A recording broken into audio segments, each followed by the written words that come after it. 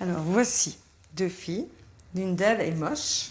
Les gens n'aiment pas la regarder. Laquelle est la fille moche? Elle.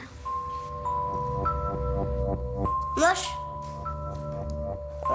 Comme dans l'étude américaine originale, les réponses que nous avons récoltées sont assez édifiantes.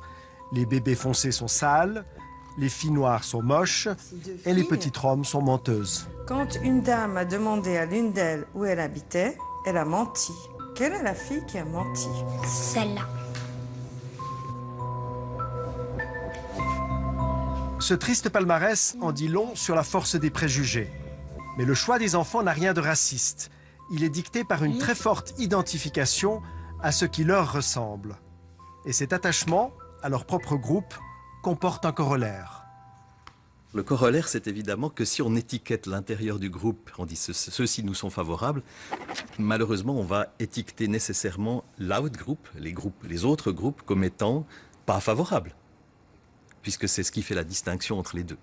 Donc on a malheureusement l'émergence de ce corollaire ou de cet effet collatéral qui est qu'on a une préférence pour son propre groupe et donc on discrimine les autres.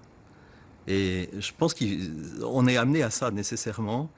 Et puis je pense que c'est l'avantage de l'être humain qu'il peut prendre du recul par rapport à cette affaire-là et se dire, OK, il ne faut pas fonctionner comme ça. Il y a des êtres humains qui ne fonctionnent jamais comme ça.